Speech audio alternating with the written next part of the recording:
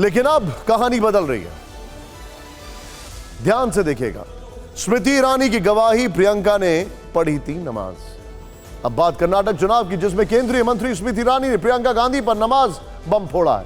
कर्नाटक में इस सियासी बम का धमाका उस वक्त हुआ जब बजरंग बली का मुद्दा छाया हुआ है।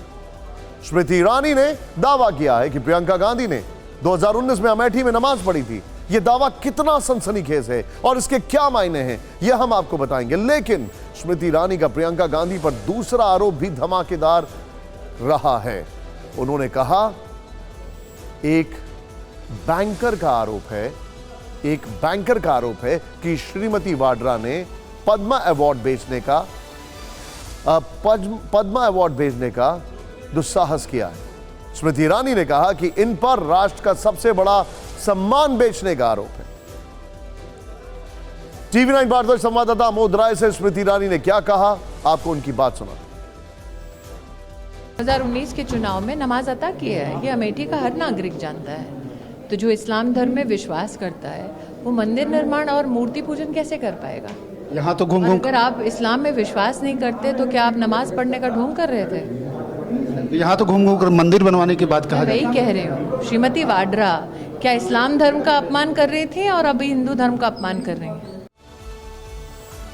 स्मृति ईरानी की प्रियंका गांधी पर इस दावे के थोड़ी देर बाद एक तस्वीर सामने आई है। दावा किया जा रहा है कि यह वही तस्वीर है जिसका जिक्र स्मृति ईरानी ने किया है। यह तस्वीर अमेठी की है। साल 2019 बताया जा रहा है और दिन था 4 मई का। तस्वीर में दिख रहा है कि प्रियंका गांधी के गले में हरे रंग का कपड़ा है और उन्होंने दुआ करने के अंदाज में हाथ उठा रखे हैं। यह तस्वीर अमेठी के हजरत मीर इमामुद्दीन दरगाह की है। 2019 में लोकसभा चुनाव के दौरान प्रियंका गांधी अपने भाई राहुल गांधी के लिए दुआ मांगने दरगाह गई थी।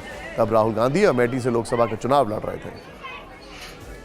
सवाल है कि आखिर बीजेपी ने प्रियंका गांधी की 3 साल पुरानी तस्वीर को कर्नाटक के चुनावी मैदान में क्यों उछाला?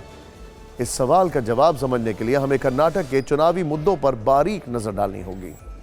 कुछ दिन पहले तक तमाम सर्वे कांग्रेस को आगे बता रहे थे। कांग्रेस लोकल इशू उठा रही थी, जबकि बीजेपी मुस्लिम रिजर्वेशन और पीएफआई पर बैन को मुद्दा बना रही थी। लेकिन कांग्रेस के चुनाव घोषणा पत्र में बजरंग दल पर बैन का वादा किया गया। यहीं से बीजेपी को हमलावर होने का मौका मिला। बीजेपी ने बजरंग दल को बजरंग बली से जोड़कर चुनाव का नया एंगल दे दिया। देखते ही देखते बीजेपी ने मुस्लिम रिजर्वेशन, पीएफआई बैन के साथ साथ बजरंग दल और बजरंग बली का नाम लेकर कांग्रेस को चुनावी चक्रव्यूह में फंसा दिया।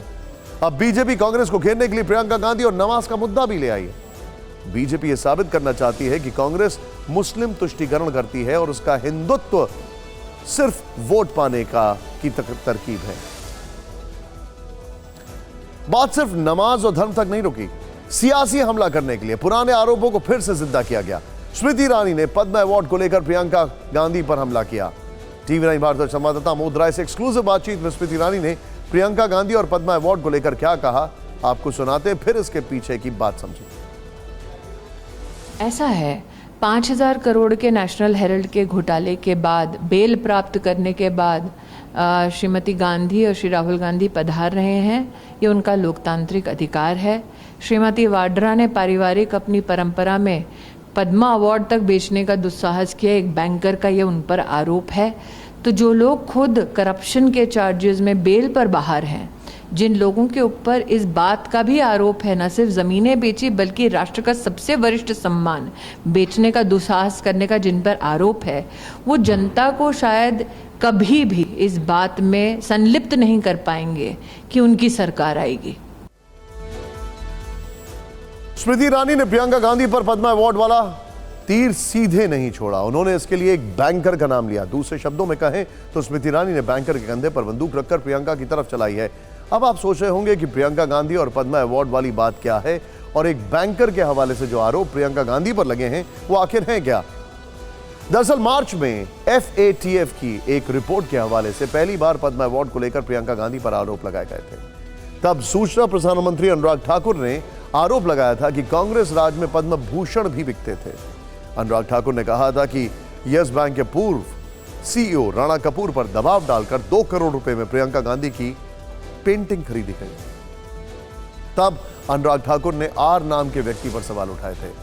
उन्होंने पूछा था कि इस खरीद फरोख्त में R कौन है। अनुराग ठाकुर की तरफ से सवाल पूछा गया था कि एफएटीएफ की रिपोर्ट पर गांधी परिवार चुप क्यों है। स्मृति ईरानी ने नमाज के बहाने प्रियंका गांधी और कांग्रेस को घेरने की कोशिश की, लेकिन कांग्रेस नेताओं ने इस मुद्दे पर प्रतिक्रिया देने के बजाय सवालों से पलटवार किया। स्मृति ईरानी इस देश की महिला बाल विकास मंत्री है। कब बोलेंगी हमारे देश की बेटियों पर जिनके खिलाफ हमला होता है, उनको गंदी गंदी बातें बोली जा रही हैं। स्मृति ईरानी के मुंह से एक शब्द नहीं फूटता। स्मृति ईरानी का मुंह सिर्फ गांधी परिवार के खिलाफ विष उगलने के लिए खुलता है।